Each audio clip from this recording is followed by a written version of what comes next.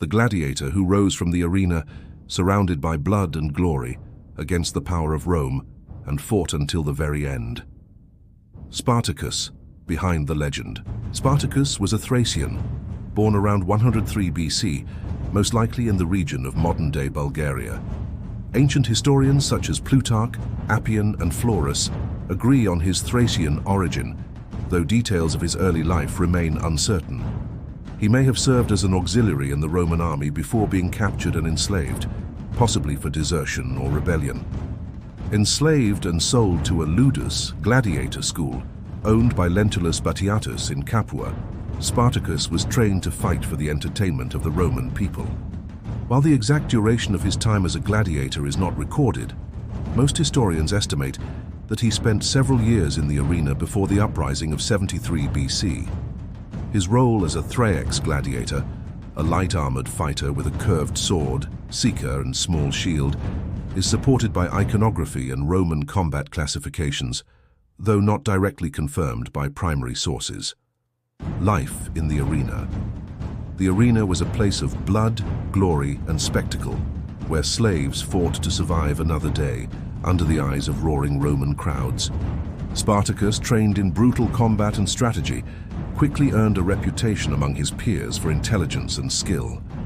Historical records do not detail his individual fights, victories, or opponents, yet his later leadership of thousands of trained warriors suggests he possessed both tactical insight and combat mastery.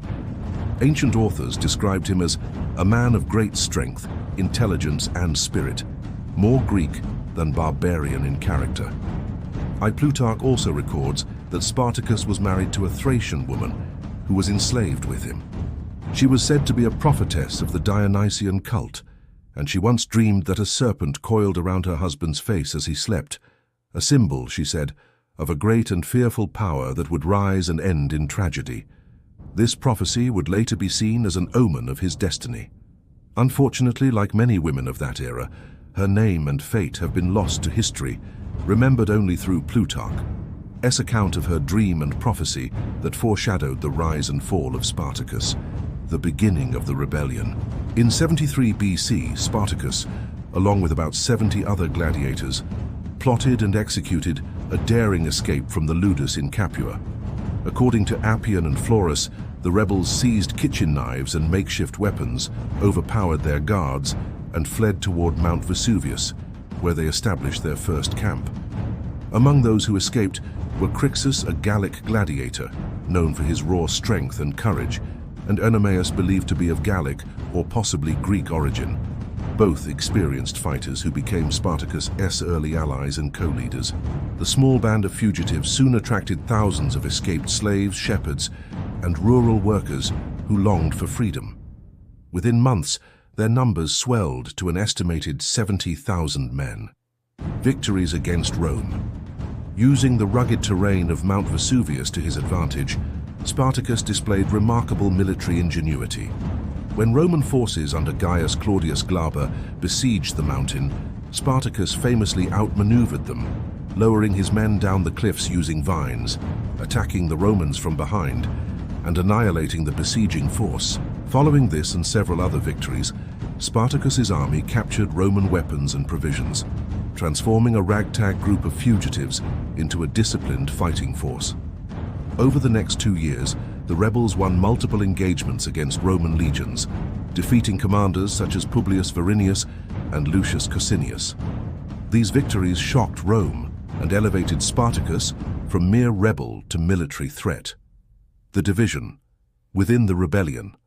After a series of victories against Roman forces, a rift grew between Spartacus and Crixus. Spartacus wanted to lead the army north across the Alps, returning the freed slaves to their homelands and avoiding further conflict with Rome. Crixus, however, thirsted for battle. He wished to remain in Italy, to take revenge on the Romans, and to prove the might of the rebel gladiators. This ideological split led to the division of their forces, with Crixus leading primarily Gallic and Germanic warriors in southern Italy. Spartacus continued northward, but this separation, according to Appian and Plutarch, weakened the rebellion, leaving both groups vulnerable to Rome's counterattacks. Crixus would later fall in battle near Mount Garganus, 72 BC, and Spartacus, upon learning of his death, held a mock gladiatorial funeral, forcing captured Roman soldiers to fight to the death in his comrades' honor. Leadership and purpose. Spartacus's leadership was defined by discipline and vision. Ancient writers note that he forbade unnecessary cruelty, divided spoils fairly, and attempted to maintain order within his massive, diverse army. While some scholars believe his primary goal was freedom for himself and his followers, others suggest he may have envisioned a wider social revolt, a symbolic war against the structure of Roman slavery itself. Whatever his true motives, Spartacus's campaign demonstrated strategic brilliance rarely seen in Rome's enemies: ambushes, tactical withdrawals, and the use of mobility over brute force. The final campaign and fall. By 71 BC, the Roman Senate had grown desperate and appointed Marcus Licinius Crassus to crush the rebellion. Crassus imposed strict discipline on his troops and eventually cornered Spartacus's forces in southern Italy. Meanwhile, two other commanders, Gannicus and Castus, who had joined the rebellion after Crixus's death, later split off with their own contingents, mirroring the earlier division. They too were ultimately defeated by Crassus's legions, further isolating Spartacus. Seeking to escape Italy, Spartacus struck a deal with Cilician pirates to transport his army across to Sicily, where he planned to incite another slave revolt. However, as Plutarch records, the pirates betrayed him, taking his payment and sailing away, leaving his forces stranded.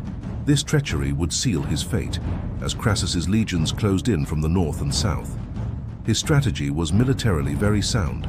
Sicily at the time was known for its large slave plantations and had already been the site of two major slave uprisings, 136 to 132 BC and 104 to 100 BC. Realizing escape was impossible, Spartacus led his remaining men into a final desperate battle near the Silarus River, 71 BC. Ancient accounts describe him fighting bravely at the front lines, cutting through Roman soldiers until he was surrounded. His body was never found, a fitting end to a man who became more myth than mortal. In the aftermath of the rebellion, 6,000 captured slaves were crucified along the Appian Way, their bodies left as a grim warning to all who might challenge Roman authority. Though defeated, Spartacus became an enduring symbol of resistance and freedom. To Rome, he was a dangerous rebel. To history, he became the face of defiance against oppression. His story, preserved by Plutarch, Appian, and Florus, inspired countless works of art, literature, and film, from classical retellings to the modern epic Spartacus, 1960, and the acclaimed series Spartacus, Blood and Sand, 2010-2013. Historical significance. While the details of his life remain shrouded in uncertainty, Spartacus's impact on history is undeniable. He transformed from a Thracian slave into the leader of one of the greatest uprisings the Roman world had ever seen. His rebellion challenged the foundations of an empire built on bondage, and his name became synonymous with freedom, courage, and the unbreakable spirit of resistance. Even centuries later, Spartacus stands not merely as a gladiator, but as a legend, a man whose will defied Rome itself. Thank you for watching. If you enjoyed it, like, subscribe, and hit the bell. The next legend awaits, whispering through the shadows of time.